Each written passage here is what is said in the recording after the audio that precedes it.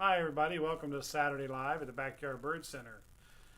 Quite a storm we're having here yesterday and expecting tonight and through the weekend, and that has prompted a lot of questions about birds and at people's feeders and their surviving, and thought we would do a quick one kind of today on the bird survival techniques.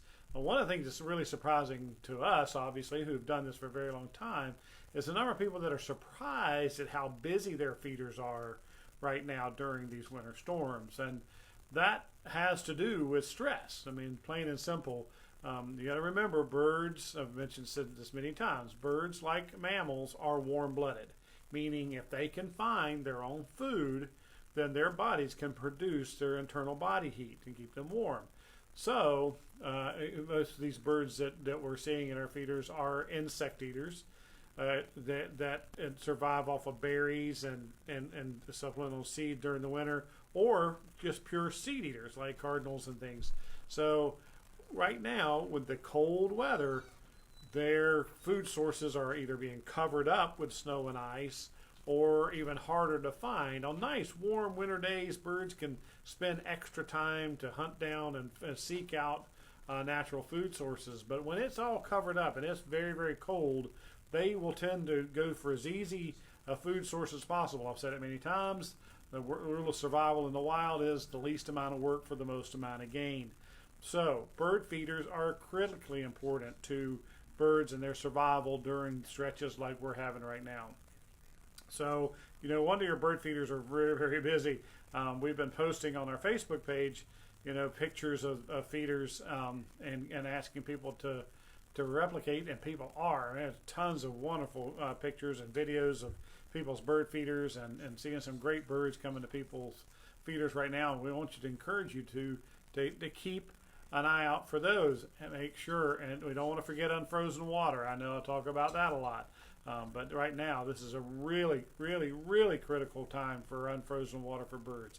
Eating snow, some birds have adapted that they can do that to some effect, but really it's a negative gain to a lot of birds, meaning that it takes more energy for them to melt the snow than the reward they get for the melting snow. So good sources of food and water, unfrozen water, are very, very critical. Now, one more quick myth here that I want to dispel. The question we often get this time of year, because I mentioned so much about unfrozen water and bird baths, is the fear that birds will stick their feet, if they get their feet wet and they land on a bird feeder, that their feet could get stuck to the metal and they can freeze there. I've been doing this for 35 plus years, and I've never ever had that seen that happen. It's very, very well. I remember I've learned to say you never say never, you never say always in birds. So it's not impossible for it to happen, but birds' feet are covered in scales, much like reptiles. They have scaly feet, and water repels off them very easily. They also have their capillaries in their toes, where the blood flow. Those are very close together, so the warm blood from their heart warms up the cold blood from their feet, and so it makes it very, very difficult for this to happen.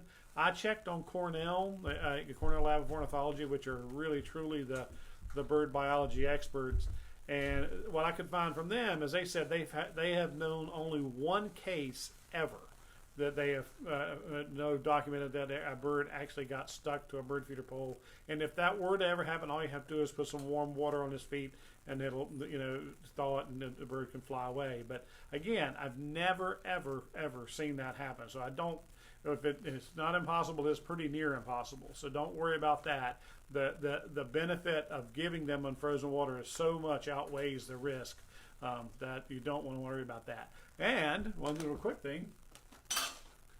Some bird feeder companies like Aspects, they have rubber tips on their metal poles, and that was done to help prevent that fear that you don't have to worry about the bird's feet freezing on there. So some bird feeders have that built in so that you don't even have to worry about their feet actually getting stuck on there. So help the birds survive winter, give them a good clean source of food and unfrozen water, and enjoy, because it is such a wonderful time. They brighten up a dreary day. So thanks for the idea for the program. Send in more. Give us a like, share the videos if you will. That helps us out. Until then, come by and talk birds.